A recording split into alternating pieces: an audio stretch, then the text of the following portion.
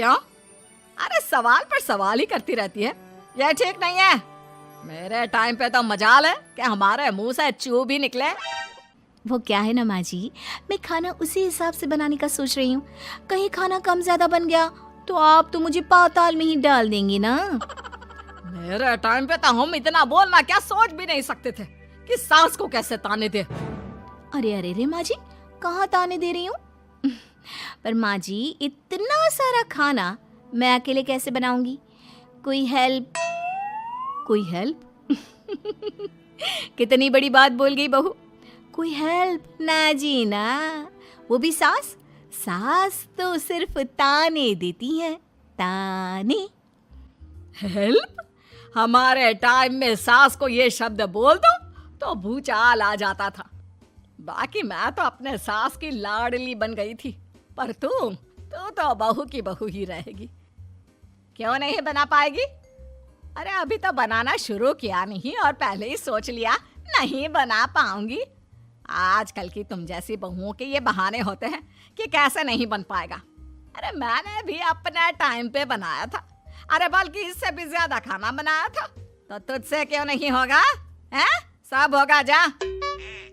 माँ जी, मैं बना तो लूंगी, मैं बस इतना बोल रही हूँ कि अगर आप थोड़ी मेरी मदद कर देती तो। अरे अरे अरे, शर्म नहीं आती तुम्हें अपनी सास से मदद मांगते हुए? हमने अपने टाइम पर कभी अपनी सास से ऐसा नहीं बोला। सच में आजकल की लड़कियां तो बहुत ही छुई मुई सी होती हैं। जरा सा काम देखा नहीं कि बस पहले मदद मांगने दौड़ने लगती है। अरे अब ये सब बहाने नहीं चलेंगे। हाँ, जा जाकर खाना बना। हमारे टाइम पर हम ये करते थे, हमारे टाइम पर हम वो करते थे। हाय रे ताने। फिर शाम को। अरे बहू कहाँ चले गए? मुझे ये सामान पकड़ा जरा। हमारे टाइम पर मजाल है कि हम सास के साथ खड़े ना हो। हाय रे, क्या करूं? बस कोमल तैयार हो जा ताने खाने के लिए। काश इस औरत के समय में मैं होती तो देखती ये क्या क्या करती थी अपने टाइम पर। माँ जी यही हूँ, बस चिंटू को पढ़ाना था। अरे हमने भी बच्चे पढ़ाए हैं हमारे टाइम पर, चिंटू को बाद में पढ़ाना। जा पहले वो कर जो कहा है। बहू बेचारी क्या करती, बच्चे को छोड़कर लग जाती है सास के साथ। हमारे टाइम पर ना। फिर तो सास बोली जा रही थी और बहू सुनी जा रही थी। अगले रोज। क्या हो गया चिंटू, क्यों रो रहा है? मैं कल कितना कहा था आपसे कि पढ़ा दो, लेकिन आपको तो मेरी पढ़ाई की कोई वैल्यू ही नहीं है। देखिए कितने कम नंबर आए। अरे कोई बात नहीं बेटा, फेल तो नहीं है ना? वाह बहू वाह, मेरे टाइम पर तो हमारे बच्चे के कम नंबर फेल ही कहलाते थे। ना पढ़ाती हो ना घर का काम करती हो। हमारे टाइम पर तो। सास की इस बात पर इस बार बहू का पारा हाई हो जाता है। वो सोच लेती है कि अब तो वो पति से बात करके ही रहेगी। अगले दिन। माँ जी, सारी सफाई हो गई, मेरी कमर टूट रही है, मैं जरा सोने जा रही हूँ। सोना? अरे हमारे टाइम पर तो हम ये जानते भी नहीं थे कि आराम क्या होता है। पागल हो गई है क्या? रख अभी। देख उस कोने में देख, मुझे कितनी धूल दिख रही है। और बिस्तर के नीचे तो देख कितना काला पड़ा है। और पर्दों के पीछे खिड़की पर देख, जाले लगे हुए हैं। वो कौन साफ करेगा? ऐसी सफाई होती है क्या? जा फिर से कर। मैं तो घर में एक दिन का गंदगी नहीं आने देती थी, लेकिन जब से तू आई है घर की हालत ही खस्ता कर दी है। अरे माँ, तो तू कहाँ गई? तू भी तो यही है। वैसे माँ, मैंने कभी तुझे सफाई करते नहीं देखा। जब से ये आई है न जाने आप में कौन सा सफाई का कीड़ा चला गया है। हाय रे, हमारे टाइम पर तो पति कभी बीवी की तरफ से बोल दे तो समझो घर का बंटवारा, और यह घर तो मेरे ही नाम से है। तो बेटा निकल ले बीवी को लेकर। हमारे टाइम पर तो। अरे कैसी बात कर रही हो माँ, मैं तो बस मजाक कर रहा था। इतनी कम सैलरी में मैं कहाँ अलग रह सकता हूँ। माँ जी प्लीज़, मैंने अभी पूरा घर साफ किया है और इन जालों को झाड़ूंगी तो फिर से पूरी गंदगी हो जाएगी। फिर से सारे घर के झाड़ू। ना माँ जी ना। हमारे टाइम पर तो मैं दिन में 10 बार झाड़ू लगाती थी। हमने नहीं किया है क्या? मायके से कोई तो संस्कार लेकर आई होगी ना तू बहू, क्या कुछ भी नहीं।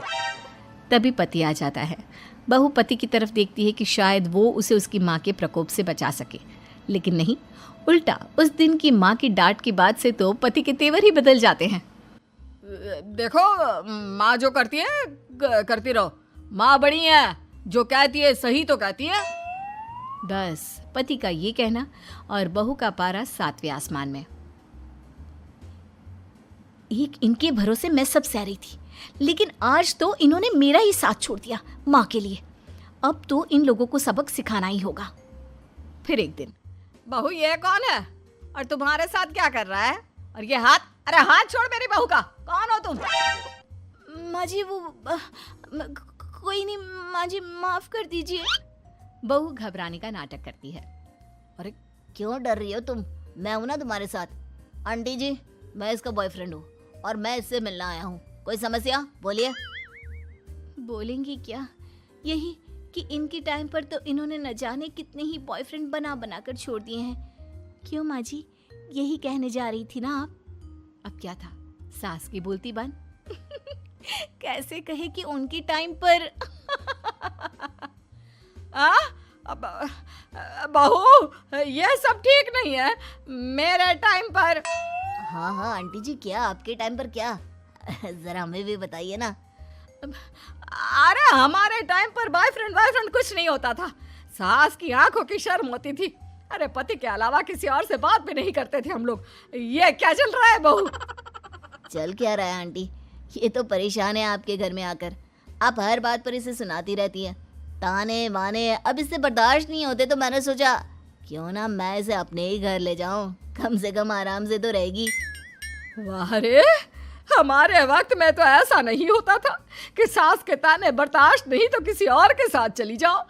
अब नहीं होता तो नहीं होता माँ जी।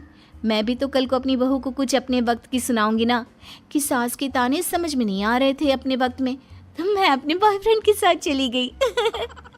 वाह, फिर तुम्हारी बहू को समझ में आएगा कि तुम कितनी मॉडर्न थी अपने वक्त में। अरे चुप, बिल्कुल चुप। क्या बकवास कर रहे हो तुम दोनों? तो क्या करे, पति को तो अपने घर की लालच दे रखी है, वो तो मेरे लिए बोलते नहीं, तो किसी के पास तो मैं रहूं ना शांति से। तभी पति आ जाता है। नहीं, दूसरा घर तो मैं ले सकता हूँ, लेकिन दूसरी बीवी नहीं। माँ वो कितने ताने सहेगी? मुझे मेरी गलती का एहसास हो गया है। चलो हम कहीं और रहेंगे। अरे नहीं, हमारे जमाने में। फिर माँ जी? मतलब मैं कैसे रहूंगी तुम लोगों के बिना? बहू मुझे माफ कर दे। ओके, कर दिया माफ। अच्छा ये तो बताओ कि ये लड़का कौन है? मैं इसकी मौसी का बेटा हूँ, मिलने आया था। अच्छा दीदी, बाय। समधी की शादी। इस कहानी की हीरोइन गंगा है, जो अपनी समधन की मौत के बाद अपने समधी के अकेलेपन को समझते हुए समधी की दूसरी शादी करवाती है। लेकिन उसकी बहू इस बात से बिल्कुल खुश नहीं होती। मुझे लगता है आपको शादी कर ही लेनी चाहिए। आपकी इस उम्र में ख्याल रखने वाला भी तो कोई होना चाहिए ना। वैसे भी आपकी इकलौती बेटी थी, वो भी हम ले गए। अरे इस उम्र में शादी, लोग क्या सोचेंगे और कैसे कैसी बातें बनाएंगे कि जिस उम्र में इसे अपने पोते पोते को गोद में खिलाना चाहिए, उस उम्र में ये शादी कर रहा है। ऊपर से नव्या क्या सोचेगी मेरे बारे में कि माँ को गए हुए 1 साल भी नहीं हुआ और पापा ने दूसरी शादी कर ली। मुझे नहीं लगता इस शादी से नव्या को कोई परेशानी होगी। उल्टा उसे खुशी मिलेगी कि उसकी गैर मौजूदगी में उसके पिता का कोई ख्याल रखने वाला है। क्यों नव्या, सच कहा ना? हाँ मम्मी जी, आप सही बोल रही हैं। ये बोलकर वो अंदर चली जाती है। लीजिए, अब तो आपकी बेटी ने भी हाँ बोल दिया। रही लोगों की बात, तो लोग तो कभी किसी की खुशी देखकर खुश हो ही नहीं सकते। अगर आप लोग खुश रहेंगे तब भी वे बातें बनाएंगे, और अगर आप दुखी भी रहेंगे तब भी बातें बनाएंगे। इसलिए अच्छा यही होगा समधी जी कि आप उनके बारे में सोचना छोड़ ही दीजिए। समधी को सास की बात सही लगती है। वो भी सोच लेते हैं कि बच्ची जिंदगी के लिए कोई हमसफर बना ही लेंगे। आप ठीक बोल रही हैं। जब मेरी प्यारी बिटिया नव्या और उसके ससुराल वालों को मेरी इस उम्र में दूसरी शादी से कोई दिक्कत नहीं तो परेशानी कुछ है ही नहीं। ऐसे ही सास समधी की दूसरी शादी करवाती है और फिर समधी के घर आ जाती है बहू की नई माँ। कुछ दिनों के बाद बहू अपने मायके अपने पापा और नई माँ से मिलने आती है। मेरा बच्चा कितने दिनों बाद मुझसे मिलने आई है। इधर बैठ, मैं तेरे लिए कुछ अच्छा सा बना कर लाता हूँ। तेरे फेवरेट पास्ता खाएगी ना? पापा आप क्यों? वो कहाँ है?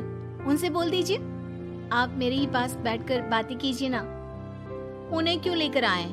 कोई चैरिटी थोड़ी ना कर रहे हैं। इस उम्र में घर मिल गया, और क्या चाहिए? तभी नई माँ घर में आती है। बेटी की बात सुन रही होती है और सुनकर बहुत दुखी हो जाती है। वो अच्छा, तुम्हारी नई माँ वो जरा किसी काम से बाहर गई हुई है, आती होगी। मैं तब तक तेरे लिए कुछ अच्छा सा बना कर लाता हूँ। ठीक है पापा। लगता है नई माँ के पैर बाहर ही रहते हैं और आपको ही बनाकर खिलाना था तो क्या करे, छोड़िए। ये बोलकर वो घर में घूमने लगती है और चीजों को देखती है। इनको घर में आए हुए थोड़े दिन नहीं हुए और ये घूमने भी जाने लगी है, वो भी पापा को घर में अकेला छोड़कर। आने दो, एक बार इनकी खबर लेती हूँ। वैसे घर को तो बड़ा सजा कर संवार कर रखा है। चलो, ये तो खूबी है, कम से कम पापा को साफ घर का शौक भी है। इतने में नई माँ घर में आती है। अरे नव्या बेटा, तुमने पहले बताया होता तो मैं जल्दी घर आ जाती। तुम्हें नहीं पता मुझे तुमसे कितनी सारी बातें करनी है। कैसी हो बेटी? बेटी? हाँ, वैसे अब तो मैं आपकी बेटी हो ही गई हूँ, ना चाहते हुए भी। खैर, आप गई कहाँ थी? शादी हुए कुछ दिन भी नहीं हुए और आपने घूमने जाना भी शुरू कर दिया। पापा का ख्याल रखने के लिए शादी करवाई है आपकी, जानती है ना आप? नव्या, ये तुम क्या बोल रही हो? मैं कहीं घूमने नहीं बल्कि एक दोस्त से मिलने गई थी। उसकी तबीयत थोड़ी ठीक नहीं, इसलिए वो क्या है ना, शादी के चलते उससे मिलना नहीं हो पाया तो आज चली गई। अच्छा, वो भी पापा को यूं घर पे अकेला छोड़कर? आपके लिए आपका ये परिवार ज्यादा जरूरी है या आपकी दोस्त? देखिए, ये ठीक नहीं है। इतने में पिता आ जाते हैं। अच्छा, तुम आ गए। आओ, चलो तीनों मिलकर बैठ के खूब सारी बातें करते हैं। माँ कुछ नहीं कहती, चुपचाप अंदर चली जाती है। ऐसे ही बहू जब भी अपने मायके आती, अपनी नई माँ से ऐसे ही बात करती। नई माँ बहू के इस बर्ताव से परेशान होकर उसकी सास को बताती है। देखिए माना, वो बेटी है लेकिन मैंने भी शादी की है। वो बेटी कम, सास सा व्यवहार ज्यादा करती है। अब छोटी है तो कुछ कहना ठीक नहीं लगता। बाकी शादी का रिश्ता लेकर तो आप आई थी, इसलिए आपको बता रही हूँ। मैं शादी करके बहुत पछता रही हूँ। अरे परेशान ना हो, मैं बहू से बात करती हूँ। तभी थोड़ी ही देर में बहू ससुराल आ जाती है। बहू कहाँ थी अब तक? तुम्हें पता है क्या टाइम हो रहा है? अब माँ जी, मैं अपनी एक सहेली से मिलने गई थी और माँ जी अभी तो 7 बज रहे हैं। अरे इतना लेट कोई घर आने का टाइम है? आज के बाद 6 बजे के बाद तुम घर आई तो तुम्हें घर में एंट्री नहीं मिलेगी।